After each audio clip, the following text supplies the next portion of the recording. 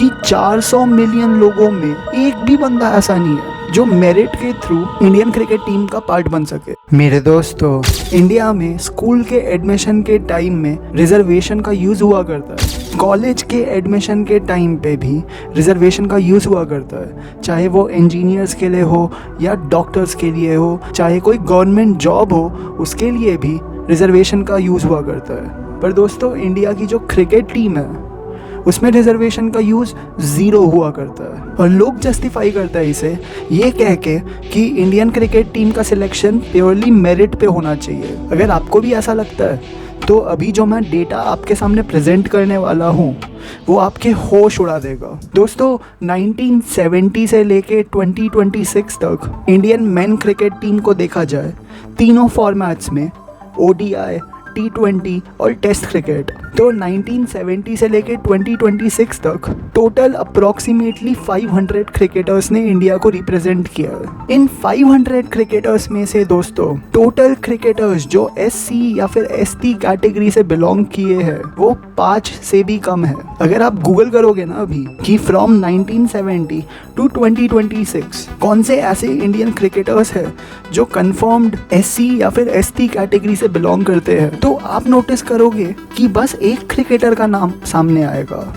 Vinod Kambli sir. ये India के लिए एक बॉलर हुआ करते थे और इनके नाम के अलावा और कोई नाम भी आपके सामने नहीं आएगा। तो अब दोस्तों सोचो, 500 टोटल क्रिकेटर्स में 5 से भी कम टोटल क्रिकेटर्स ऐसे हैं जो SC या फिर ST कैटेगरी से बिलोंग करते हैं। अब दोस्तों, अगर आप इंडिया की पॉपुलेशन को कंसिडर करोगे तो इंडिया की पॉपुलेशन है 1.48 बिलियन पीपल की, और इसमें से दोस्तों हमारे SC ST भाई जो है वो ऑलमोस्ट 30% पॉपुलेशन है। तो रफली एस्टिमेट किया जाए तो टोटल काउंट 350 to 400 मिलियन के बीच में आएगा। और दोस्तों, करंट इंडियन क्रिकेट टीम जो आप देखोगे उसमें एक भी ऐसा नाम नहीं है जो SC या ST कैटेगरी से बिलोंग करता है। तो आप खुद ही सोचो दोस्तों कि 400 मिलियन लोगों में एक भी बंदा ऐसा नहीं है जो मेरिट के थ्रू इंडियन क्रिकेट टीम का पार्ट बन सके। आपको सही में क्या ऐसा लगता है? क्योंकि दोस्तों मेरे हिसाब से ऐसा बिल्कुल भी नहीं है। ये जो डेटा मैंने आपके साथ शेयर किया दोस्तों, ये हमारे ब्रदरहुड के एक सब्सक्राइबर ने मेरे साथ शेयर किया था और मुझे ये डेटा बहुत ही शॉकिंग लगा था, क्योंकि मैथ्स के हिसाब से अगर हम प्योरली मेरिट को कंसिडर करें तो फिर रिप्रेजेंटेशन हमारे SC ST भाइयों का इंडियन क्रिकेट टीम में 5 से तो ज़्यादा होना चाहिए था 1970 से 2026 के बीच में। सोच लो दोस्तों, 56 ईयर्स इसके बीच में अगर प्रोसेस फेयर होता तो फिर कम से कम 5 से ज़्यादा रिप्रेजेंटेशन होना तो कम्प्लीटली रियलिस्टिक है, पर ऐसा नहीं है। अब दोस्तों, ये डिस्कस करने से पहले कि ऐसा क्यों नहीं है, उससे पहले मैं आपके लिए क्लैरिफाई कर लेता हूँ दोस्तों कि मैं खुद जनरल कैटेगरी से हूँ। तो जो चैलेंजेस जनरल कैटेगरी के स्टूडेंट्स फेस करते हैं वो चैलेंजेस मैं भी अपने लाइफ में फेस किया हूँ। मैंने भी IIT को क्रैक किया है जनरल मेरिट में। मैंने भी इंडिया के जो भी टॉप कॉलेजेस हैं उन सबके एंट्रेंस एग्जाम्स को क्रैक किया है जनरल मेरिट में। चाहे जॉब्स हो, चाहे कॉलेज हो, चाहे एजुकेशन हो, मैंने भी फेस किए हैं हर्डल्स जो रिजर्वेशंस के थ्रू आते हैं लाइफ में। तो इसीलिए दोस्तों मेरे हिसाब से इस टॉपिक पे बात करने के लिए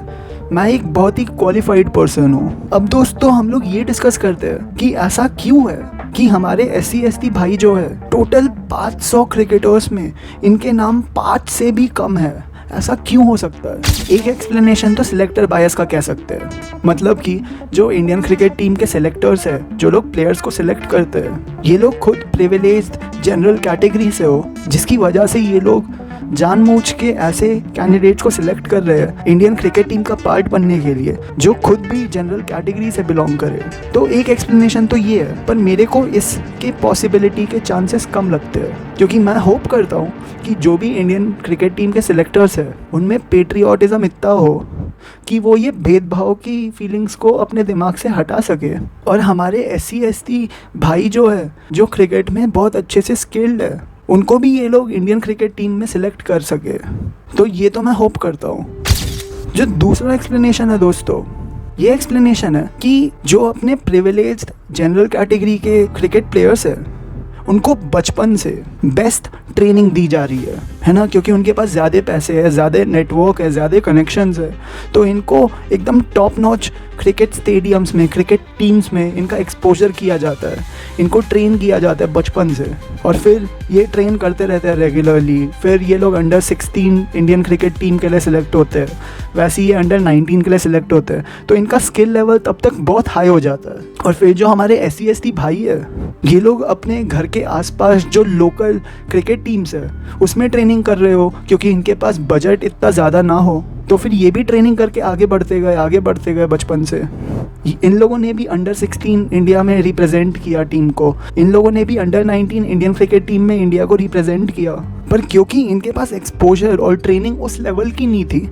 जिस लेवल की जनरल कैटेगरी के प्रिविलेज्ड क्रिकेटर्स के पास हो, उसकी वजह से हमारे SC ST भाई का स्किल लेवल थोड़ा सा कम हो सकता है। जब सिलेक्शन का टाइम है, उस टाइम पे जब इनका इंडियन क्रिकेट टीम में सिलेक्शन होने वाला हो, तो समझो जो सिलेक्टर है वो चूज़ कर रहे हैं हमारे एक ऐसे SC ST भाई को जो घर के आसपास जो ट्रेनिंग सेंटर्स है उधर ट्रेन करके अपने लेवल यहाँ तक लाया, और फिर दूसरा जनरल कैटेगरी का प्रिविलेज्ड कैंडिडेट हो जो बचपन से टॉप नॉच ट्रेनिंग करके अपने स्किल लेवल को थोड़ा ऊपर लाया हो। तो सिलेक्टर देखेगा इन दोनों को, और फिर इसका स्किल लेवल थोड़ा ज़्यादा है तो फिर इसको सिलेक्ट कर रहा है। पर अगर आप लॉन्ग टर्म का सोचोगे ना दोस्तों, समझो कि क्रिकेट में भी हम लोग रिजर्वेशन रखते हैं, और हमारे जो SC ST भाई है,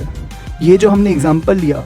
इनको अगर मौका मिलता, इनको सिलेक्ट किया जाता रिजर्वेशन के थ्रू, तो फिर क्योंकि अभी तक इन्होंने इतनी टॉप लेवल का एक्सपोजर एक्सपीरियंस नहीं किया, टॉप लेवल की ट्रेनिंग को एक्सपीरियंस नहीं किया, पर फिर भी खुद के दम पे इतना ज़्यादा लेवल बढ़ा चुका है, तो फिर जब इनको रिजर्वेशन के through Indian cricket team select करे और उसके बाद एकदम टॉप नॉच ट्रेनिंग दे,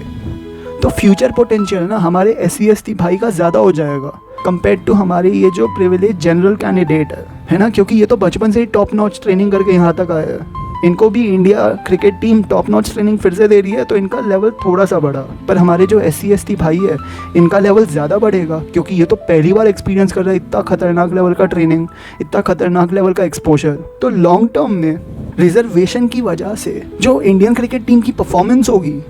वो भी ज़्यादा बेटर हो जाएगी। इसीलिए दोस्तों मेरे हिसाब से ना जो 11 इंडियन क्रिकेट टीम में प्लेयर्स होते हैं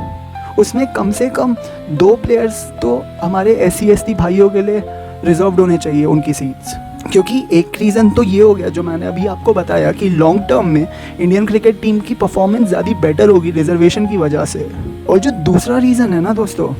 वो ये होगा कि हमारे ये जो SC ST भाई है, ये लोग जब देखेंगे इंडियन क्रिकेट टीम में कि इन्हीं की तरह एक और SC ST प्लेयर इंडिया को रिप्रेजेंट कर रहा है, तो ये लोग भी बहुत मोटिवेट होंगे ये सोच के कि अगर ये बंदा कर सकता है तो मैं भी कर सकता हूँ। और इसकी वजह से दोस्तों स्पोर्ट्स में भी जो हमारे SC ST भाई है वो सबके साथ आगे बढ़ेंगे, जिससे लॉन्ग टर्म में जो भेदभाव होता है इंडिया में वो और कम हो जाएगा दोस्तों। और मैं तो बस बोल रहा हूँ कि बस 2 सीट्स को तो कम से कम इंडियन क्रिकेट टीम में रिजर्व करना चाहिए SC ST भाइयों के लिए, जबकि इनकी पॉपुलेशन 30% है, तो 30% पॉपुलेशन के हिसाब से तो ज़्यादा सीट्स रिजर्व होने चाहिए। मैं बोल रहा हूँ बस 2 कम से कम रिजर्व होने चाहिए, ताकि इंडियन क्रिकेट टीम का भी फ़ायदा हो और इंडिया में भेदभाव भी कम हो और हमारे SC ST भाइयों को रिप्रेजेंटेशन भी आगे मिले, जिसकी वजह से हम सब एक साथ मिल के आगे बढ़ पाएंगे। और दोस्तों इसकी मदद से ना हमारे जो फादर ऑफ द नेशन थे the great Mahatma Gandhi sir,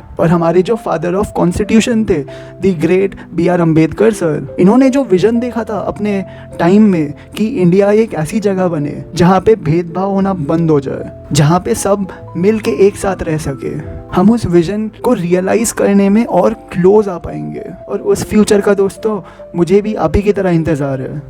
तो मैं जानना चाहता हूँ कि आपके क्या विचार है इस सब्जेक्ट पे। आपके हिसाब से भी क्या क्रिकेट में रिजर्वेशन को ऐड करना एक अच्छा स्टेप होगा इंडिया के फ्यूचर के लिए? ज़रूर कमेंट्स करना और मुझे भी बताओ और बाकी लोगों को भी बताओ कि आप ऐसा क्यों सोचते हो, अगर होना चाहिए तो क्यों, नहीं होना चाहिए तो क्यों। क्योंकि मैं दोस्तों हर वीडियो में हर कमेंट का रिप्लाई देता हूँ और मैं हमेशा इंतज़ार करता हूँ कि आपका कमेंट कब आए। तो इस वीडियो के लिए दोस्तों बस इतना ही। मिलते हैं अब हम लोग अगली वाली वीडियो में, और तब तक के लिए नमस्कार।